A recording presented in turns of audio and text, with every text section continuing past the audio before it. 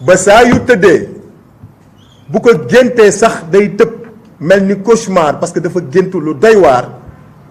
loolu moo tax mu ne tey dinaa éliminer président Ousmane Sonko par tous les moyens même nag bu fekkee sax damay dox ci ay néew. dox na ci ay néew le 14 mars 2021 en mars 2021 fukki nit ak ñeent ñu ngi tëdd ci suuf ay néew yoo xam ni Macky Sall dox na seen kaw. barke démb bi affaire bi commencé ñaari néew tëdd nañu te kenn xamul mbir mi fu muy mujjee ça veut dire que Macky Sall yoonam nekku ci. naa rey sénégalais yépp sama yoon nekku ci mais bu soobee yàlla dinaa maintenir au pouvoir loolu nag la sénégalais yi dul nangu. meeting bii passé am Parcelles Assainies président Ousmane Sonko dafa ne woon kenn du ko tànnal yoon bu muy jaar parce que gis nañu fang vidéo yaa ngi daw policiers yi ànd ak ay nervi démb gis nañ ko à la Médina ay nervi yor jaas yi ànd ak policiers yi di dàq xale yi ñëpp gis nañ ko démb keroog président Ousmane Sonko bu muy jógee tribunal ñi di ko gazé keroog loolu du gendarmerie gëmuma sax ne police la loolu ay nervi ñoom ñoo ko def parce que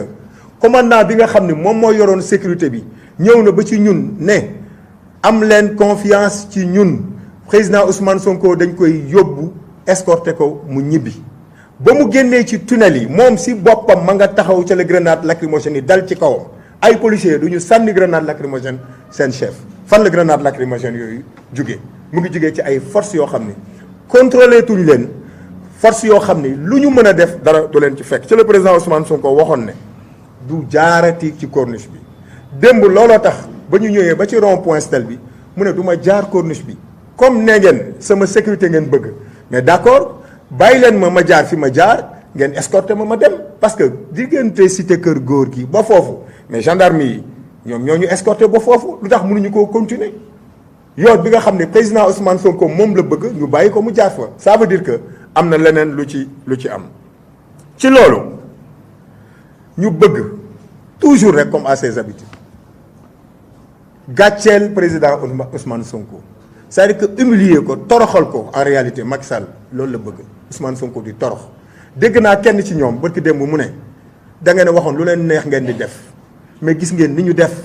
seen waa ji pamtee nañ ko dugal nañ ko ci oto yi par force yóbbu nañ ko waaye wala woon yar foofu dafa doon wax ne bu ñu yëgoon duñ ko def parce que gis ngeen li xew ci réew mi depuis ñaari fan yi muy loo xam ne ñu ngi koy regretter te dañuy ñaan yàlla bu fekkee nag Macky Sall mu ngi continuer nii man gëm naa ni réew mi mu ngi dugg na ci goutte déjà loolu. lépp ngeen gis ñu teg ko ci président Ousmane Sonko yamuñ ci moom parce que xam nañ ni mënaluñ ko dara mais ñu ne nañ ko jéem a néewal parteem nañu jàpp Bassirou Diomaye Faye nañu jàpp El Malick nañu jàpp Abass Fall nañu jàpp te yëg nañu lépp loo xam ne suñuy wetu soxna suñuy wetu doom suñuy wetu yaay amul kenn fii ñi fi toog ku fi ragal a dem kaso parce que ña nekk kaso gënuñu ñun gënuñu leen au contraire ñoom sax actuellement ni gëm naa ni ñoom ñoo ñu gën waaye nag na Macky Sall xam ne kenn ragalu fi kaso te ragal naa ni dina battre record de prisonniers politiques parce que li nekk ci kaso bi actuellement nii ci ay nit ñu jàpp musul am dans l'histoire politique du Sénégal amul ci Senghor musul am ci Abdou Diouf musul am ci Abdoulaye Wade il y a à peu près 300 prisonniers maanaam juróom benn fukk wala juróom benn fukk waaw ñetti téeméer ak juróom fukk ñetti téeméer ak juróom fukk ci ay prisonniers yu nekk ci kaso bi te xam naa ne fii ak ay fan ay junney nit bu yaboo mu yaatal kaso yi mais ay junney nit incha allah lay yóbbu kaso donc kidnapping boobu muy def maanaam sàcc ay doomu aadama dugal leen ci kaso yaakaar ne loolu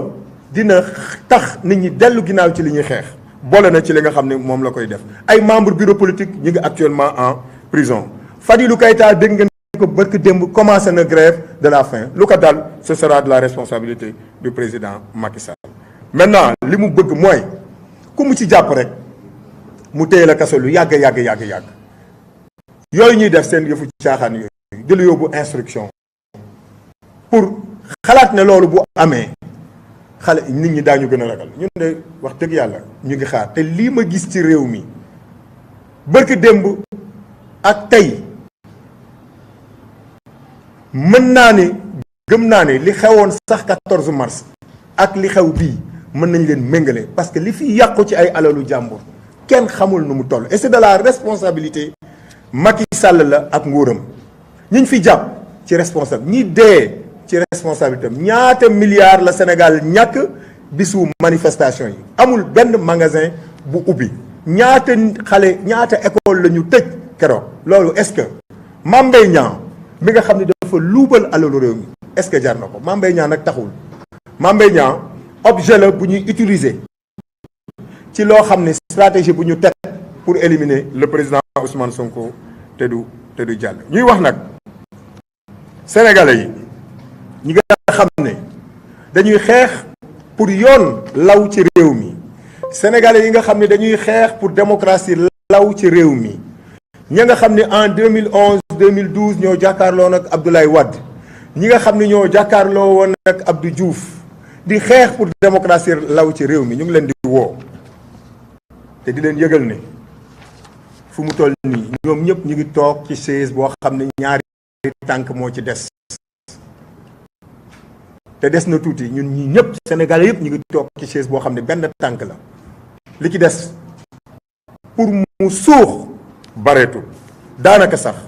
mën nañu wax ni démocratie suux na ci Sénégal ñu leen di woo nag muy organisation non gouvernementale yi muy les organisations de droits de l'homme ñi nga xam ni dañuy saytu droits de l'homme ak ñeneen ñu jug taxaw pour ne Macky Sall mu arrêté. waxoon naa fi dafa waxoon ne dafay nal opposition bi ba duñu exister ti la mu waxoon mu ngi ci waxoon naa ko du ma ko répété élimination président Ousmane Sonko physiquement léegi la ñuy jéem ci loolu yëpp nag ñu may leen ci rek ay point yoo xam ni mooy wone di firndeel li ñu jot a wax le 16 février 2023 gis ngeen ko ñu planifier li ñuy wax benn guet-apens c'est-à-dire benn piège pour dal ci kaw président Ousmane Sonko ay nervis armés wax naa ko léegi dal ci kawam ci côté Soumbédioune ba jour boobu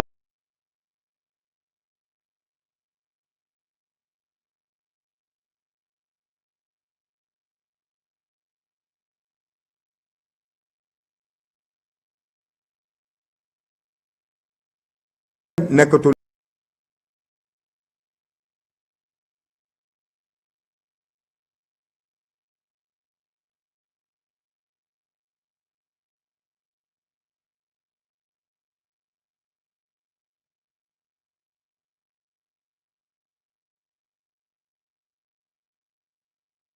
kaso ci biir këram moom ak njabootam lépp lu ñu am ci ay droit ñu fànq ko jël ay xeetu gànnaay di ko dóor ci kaw garde corps Ousmane Sonko gis ngeen barki démb image boobu nga xam ne boo ko gisee da ngay xam ni police egg na ak gendarmerie egg nañ ci barbarie boo xam ne kenn mësu ko jël fetal dóor ko ci tànku nit ba tànk bi yàqu. le 16 mars encore ñu planifier beneen xeetu piège ak ay nervi gis nañ leen ñun ñëpp le 16 mars ñuy dal ci kaw ay militants te ñooñu ñëpp président Ousmane Sonko wax na ko keroog ci meeting bi c'est des gens yoo xam ni au niveau de la présidence lañ leen recruter te daañu ci ñëwaat. ñu jël un député comme Guy Marius Sagna le 16 bi taxaw ne président Ousmane Sonko du dugg seen oto ñu gazé ko Guy Marius Sagna toog na 1 heure de temps yoo xam ni gisul ba muy dugg bi tribunal dañ ko téye ci loxoom. moom aussi sa santé fu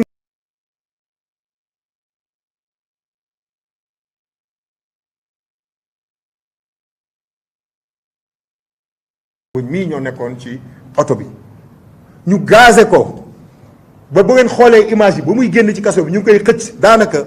jour boobu président Ousmane Sonko xamatul fu mu nekk xoolaat leen image yi bu baax xamatul fu mu nekk te loolu c'est extrêmement grave te daañu ci ñëwaat et li tax ñu di ko def ñu ne dafa war a dem tribunal par force mais loolu mooy wane ni yoon amul ci réew mi ñëpp xam nañ ne président Ousmane Sonko bu ko neexoon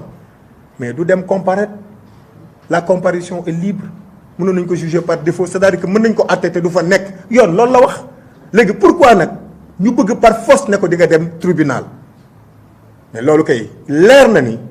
dañ ko bëggoon brutaliser benn dañ ko bëggoon a rey ba pare au-delà avant ñu koy rey ñu humilier ko comme ñoom ñu ngi koy bàkkoo fan yëpp naan gatsa bi mujj na metti ci yéen waaye loolu dina leer. li gën a garaaw nag mooy nit ku ne boo feebaree da nga war a am droit pour faju président Ousmane Sonko gis ngeen image yi li mu daj niñ ko brutaliser te kenn xamul lañ ko sotti ba léegi kenn xamul lañ ko sotti mu ngi hôpital ñun ñi ñëpp fan yi yëpp pour ñu gis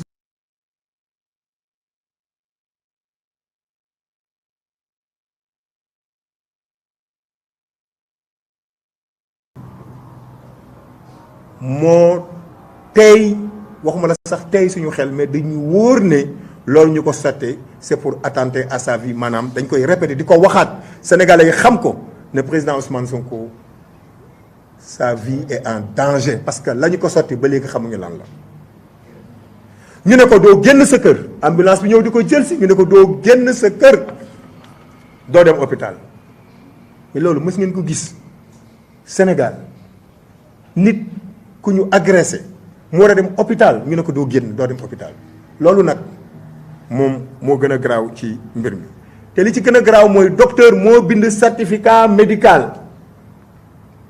ne kii il faut ñu évacuer ko ñu xool ko yóbbu ko à l'hôpital ñu lànk carré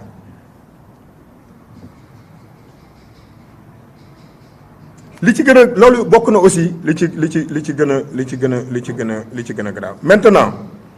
li ñuy wax mooy opinion nationale maanaam ñi nekk ci réew mi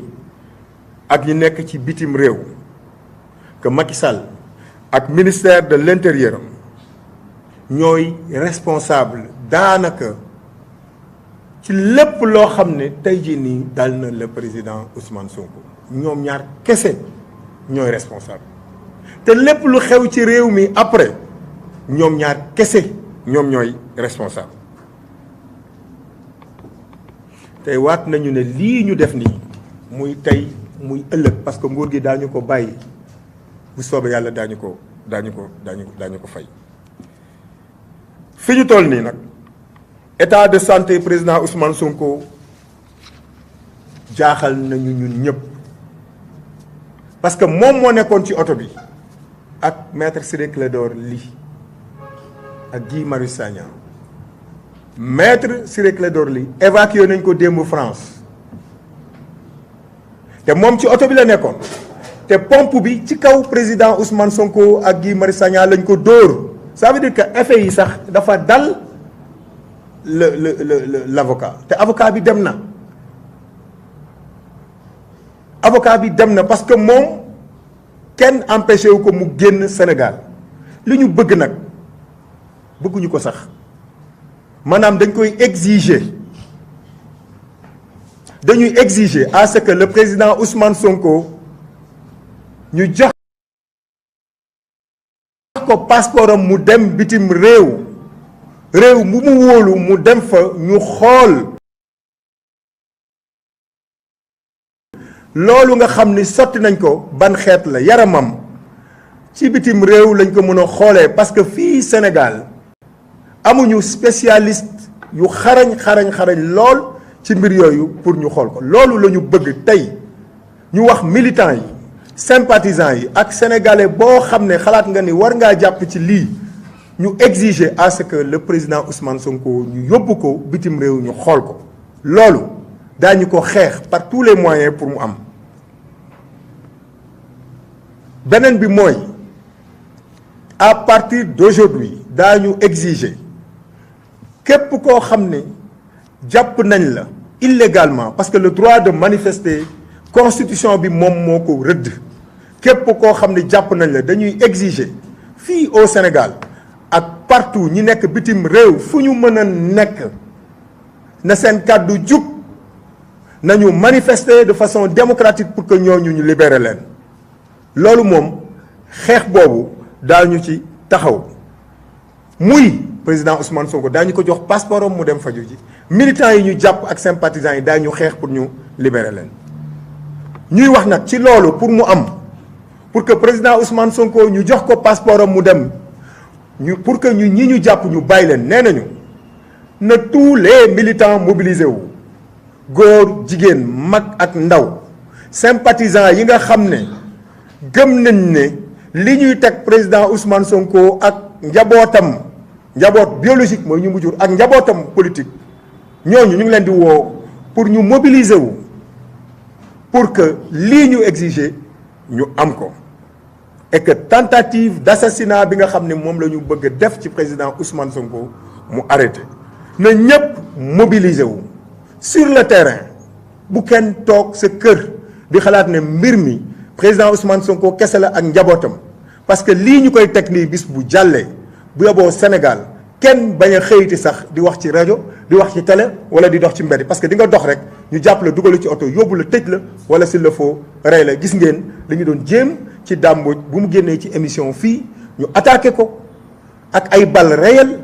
ci émission bu mu demoon doon wax xalaatam yàllaa ko defal sutura mais nëgëni kon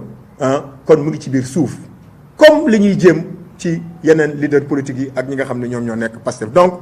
na militants yépp mobilisé wu daañu mettre la pression sur Macky Sall pour que ñaar yooyu ñu bëgg ñu am ko donc na ñëpp génn ñu manifester yoon moo ñu may ñu manifester te incha allah daañu ko def. ñuy wax encore 45 coordination départementales yi nga xam ne ñoom ñoo nekk biir Pastef tey nañu xëy dem ci préfecture yi déposer ay lettres d'information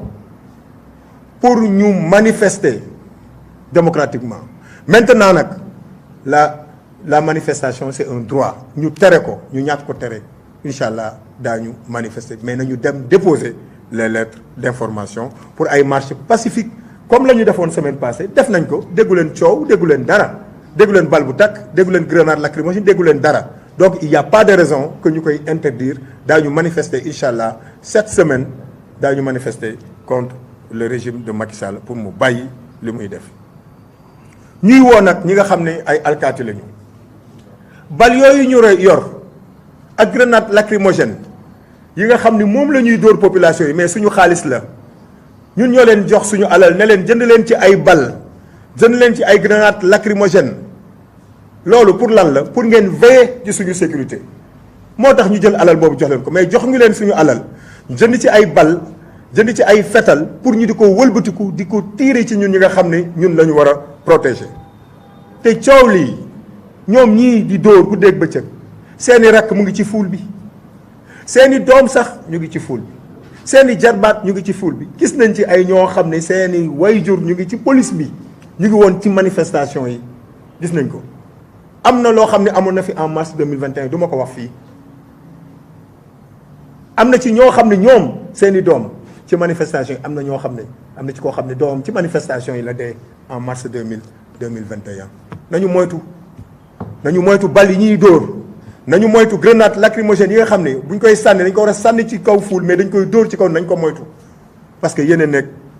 na borooma ci fanaan dañu bëgg ay forces de défense et de sécurité républicaine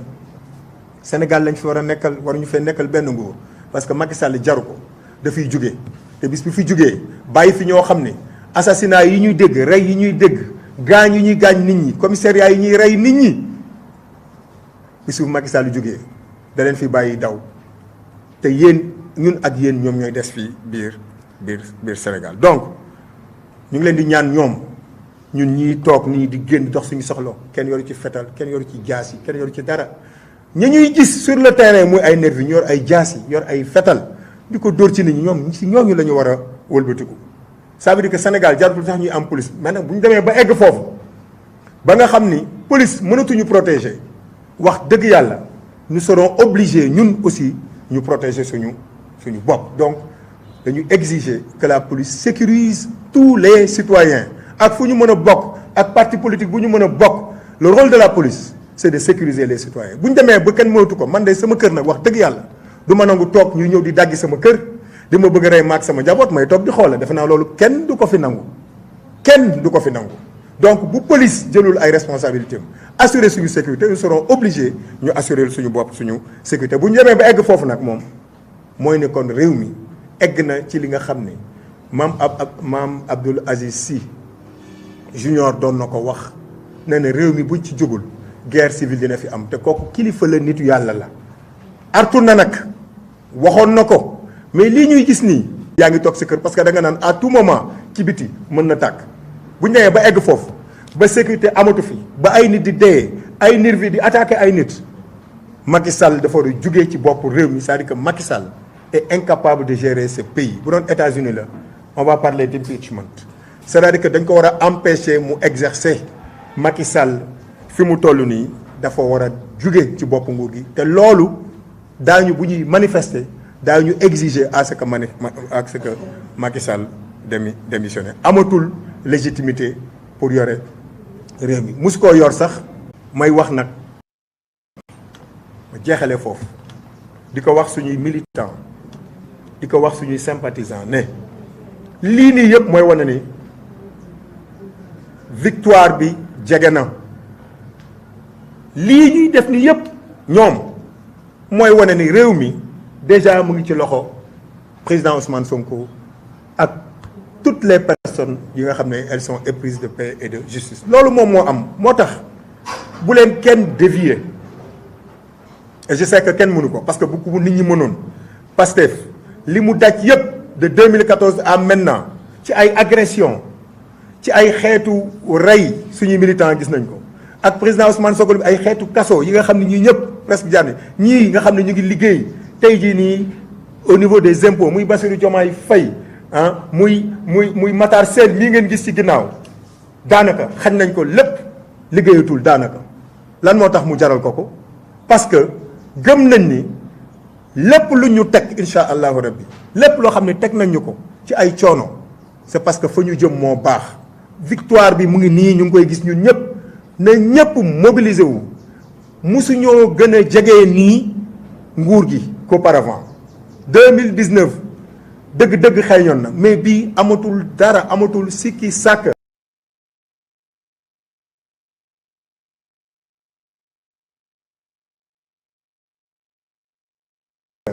oto yi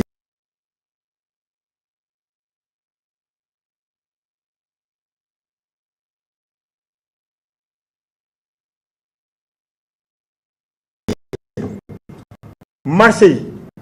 foo munti dem taxi yi sax boo ci duggee ñëpp président Ousmane Sonko lañ lay wax ak Pastef ça veut dire que réew mi mu ngi suñu loxo bu kenn tay bu kenn ragal lañ doon ñaan incha allahu rabbi jege si na ba pare ñu leen di ñaan militant Pastef fii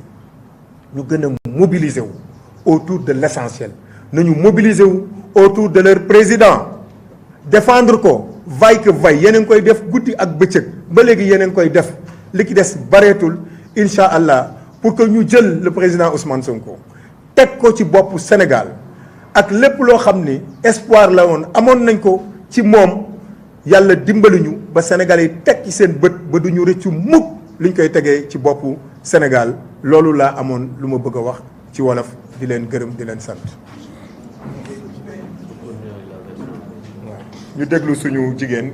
Yacine Fall mu ñëw ci version anglaise bi kay ma sœur.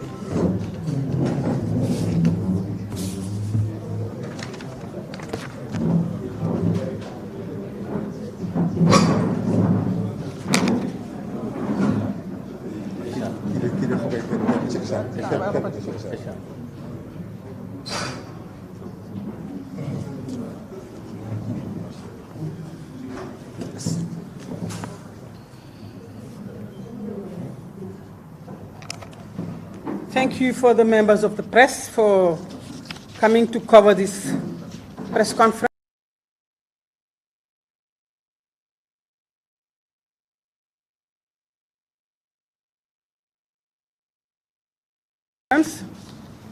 We are today trying to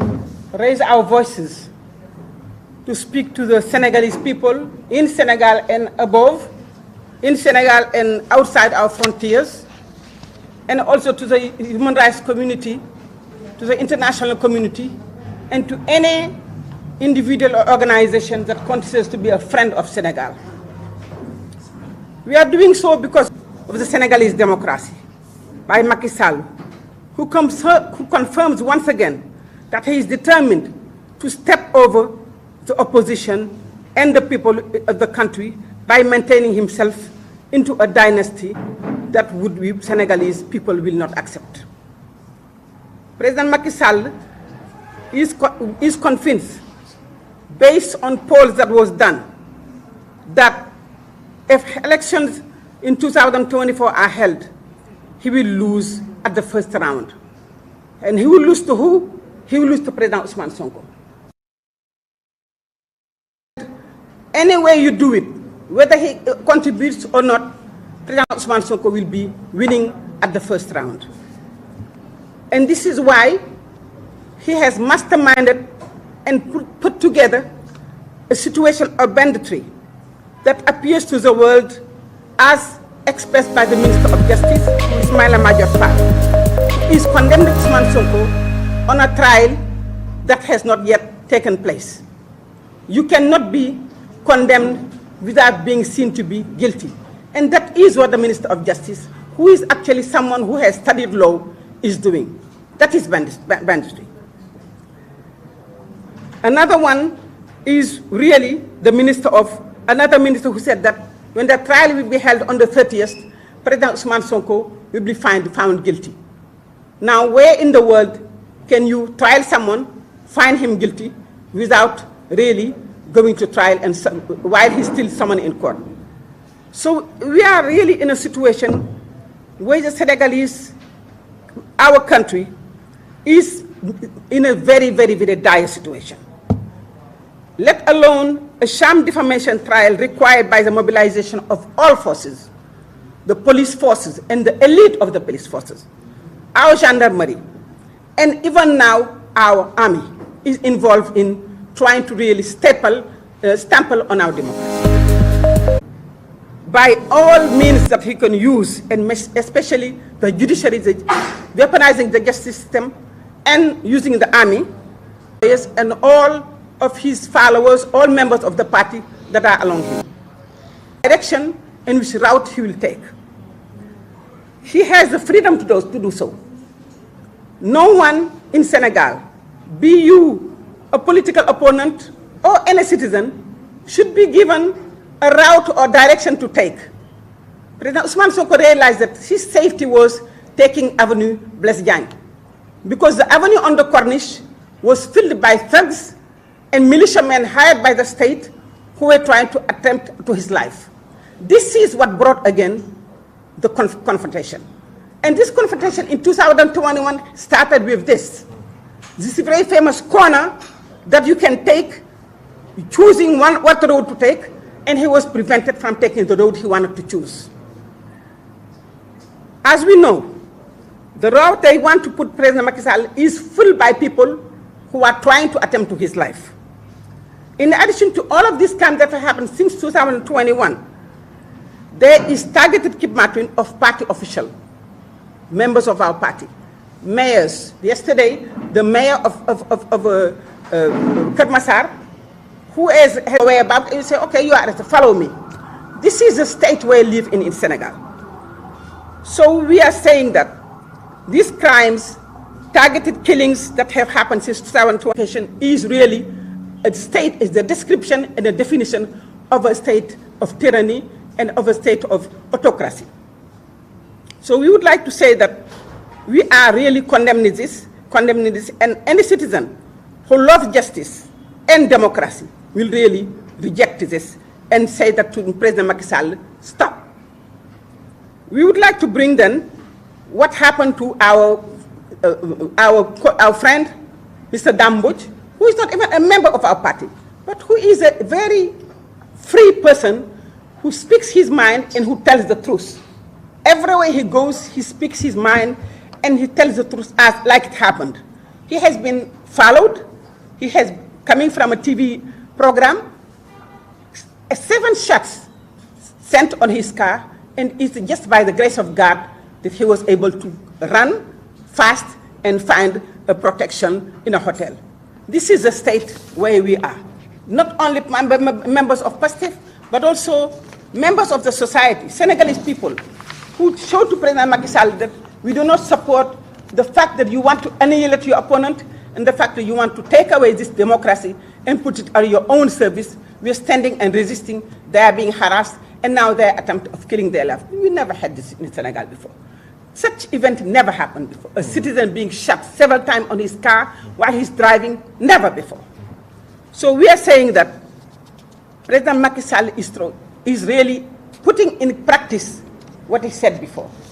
that I will annihilate the opposition in Senegal. Now, annihilating an opposition in Senegal meaning you're going to kill democracy. That was his promise, and that's what he's putting in practice, but there is a lot of resistance to that. I want to just go back to a few dates. February 16, 2023, he planned an ambush with armed thugs, because now we have thugs, malicious thugs that are in our defense and security forces, them that are using machetes, that are using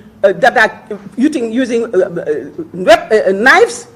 stabbing people in the back, stabbing people, and this is not what an army does. We do know that the police didn't do it, gendarmerie isn't doing it, and this is what we are living in. And we are also saying that on the 14th of March, when President Ousmane Sonko was coming out of a convoy, after a very successful meeting, his car and his convoy was attacked and tear gas were showed. And the kind of tear, I've been to demonstrations all over the world in many times to watch, to follow, but the kind of tear gas we have here in Senegal, there is a need for investigation. What kind of tear gas they are using in this country? Because they are really, really damaging bodily integrity, and they're really damaging people. And they are not being thrown in the sky like it is legally supposed to be done. They're throwing it towards people's body to harm them and maim them. So President Ousmane Sonko's convoy was attacked with tear gas on the 14th. On the 15th, President Ousmane Sonko was almost put on house arrest because a huge army and force surrounded his house, taking him to court for, how do you say? Who's taken to court because he's really telling things that are not true for defamation. He is working freely without being, tortured or followed. President Ousmane Sonko was taken by surprise, and the whole army around his house. He was not able to get out. He was not able to take his son to school, and this happened from the 15th. And anyone from the house who wanted to go out was prevented from leaving, and anyone trying to go to visit him, including myself, was prevented, and other people were prevented from entering. This is house arrest. And we don't understand what is the ground for doing so. Now, on the 16th, the day of the court, where he was summoned to court, President Ousmane Sonko left his house in peace and healthy. We need to insist in that term, that left his house healthy, with followers that were accompanying him last before.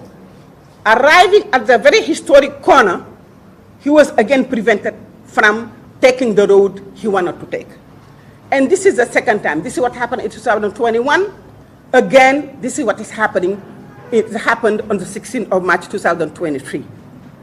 There, he's being told, you are not able to take the road you want to take. We will decide the road you want to take.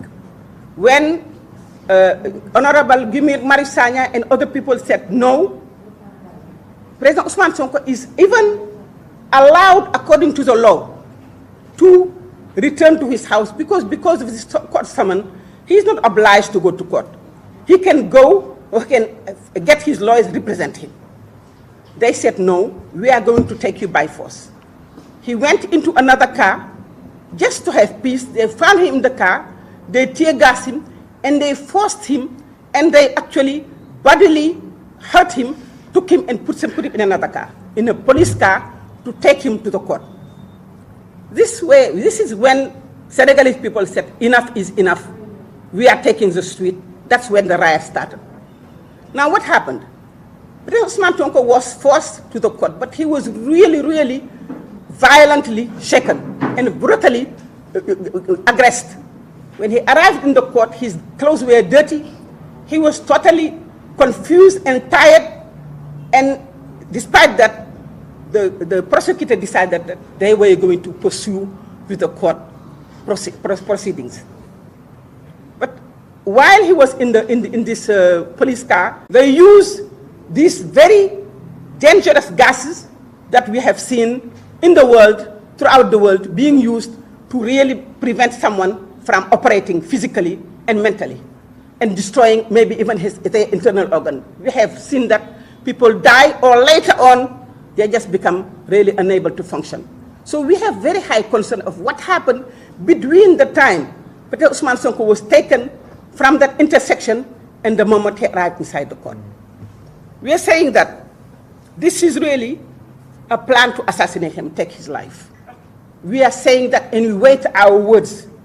because this never happened in Senegal. Never in Senegal have we had a political opponent, a candidate who everyone, all the observers inside and outside the country know that if elections are taken, he has a lot of chances of being our next president, that he is being brutally aggressed in this manner. President Macky Sall has put Senegal into a state of really tyranny, into a state of barbaric violence against his opponent. And this is what we are condemning. We are saying that President Ousmane Sonko is in a very complex situation regarding his health. What happened was, inside the court, they were very concerned in terms of his ability to participate into the court. But once the court was postponed, and we said that the next date is the 30th of March 2023, when President Ousmane Sonko had the right to leave and freely go back to his home, he was again arrested. Not only was he arrested, but they took him away. While the medical team that examined him, while the court was going on, said he needed medical care. He needed to go to the hospital. They said no. And when he was getting out, tried to go to get medical care to his home or in the hospital, he was arrested again. Arrested how? Arrested, put in a police car, and taken back to his house without medical care. This is again President Macky Sall's attempt to harm President Ousmane Sonko, an attempt to really take life. Because as a president, as government, you need to assist people who are in danger. You do not try to annihilate him. And that's what they did. When President Ousmane Sonko was taken to his house after receiving gas that we don't know what nature it is, we cannot today say that, but knowing the kind of violence and brutality in this country, we have very much reason of concern that these gases were very dangerous gases. That's our feeling. But President Ousmane Sonko arrived in his house, and all medical experts recognize that when you are thrown these kind of gases, any kind of gases, by people who want to harm you, you need to get access to medical care, go to the emergency room, get tested. They kept him in his house, prevented him from going to the ambulance, prevented from doctors to go to see him for 6 hours. 6 hours that anything can happen. They prevented him from having care until people started making noise that they say, okay, he can go to the clinic. Now, what in the world is President Macky Sall trying to do to Ousmane Sonko? What is his agenda? Is President Ousmane Macky Sall trying to burn this country? Is he trying to annihilate us, dismantle Senegal? That's what we think. And we are saying no. We will not take it, we will not accept it, it will not happen, because the Senegal doesn't belong to President Macky Sall. He was given to this country as a president. It is time for him to step down. Because when you do certain things, you have no longer the capacity, even according to the Constitution, to continue. President Macky Sall has to step down because he has to leave. He has to leave, and he will leave, inshallah. His time is over, and his time is up. So we are saying, we will continue the resistance, starting from us, the political bureau, and all of our, members of our party, all human rights, all activists, all Senegalese who really want to see this country change, who want to see this country be in peace as it has been known worldwide, who want to see this country that never had a coup d'etat, that never had a regime change through violence. We want to say that we will resist, because this is the only thing we can do at this stage, because we have our back against the wall. And when you have your back against your wall and someone is trying to kill you, all you can do is resist. And that's what we will do. So we are saying to Senegalese, inside the country and outside, do not give up. Stand up. Continue to struggle. Continue to resist. It is your right. And this is what we will do. We will use all means that are under the law to say to President Macky Sall, your time is up. Let it go. Let it go, President Macky Sall. This is not worth it, because no one will be saved out of this. This is what we wanted to say to Senegalese international community. This is what we wanted to say to the Senegalese people, because the reports on the country are not pretty. Human rights organizations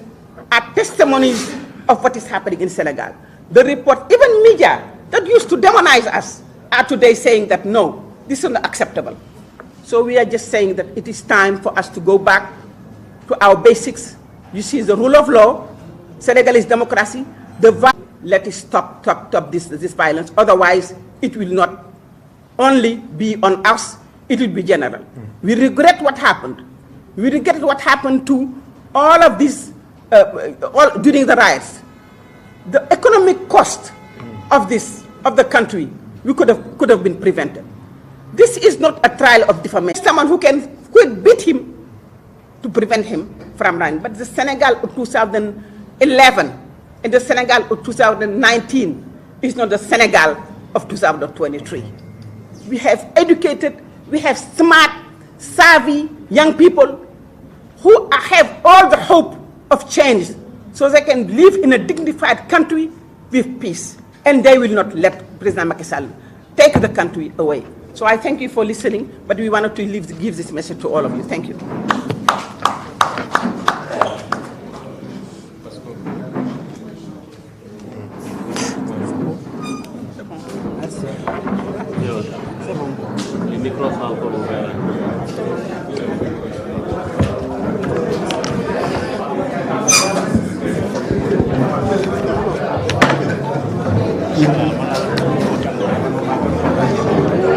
Ya baax na nañ dégg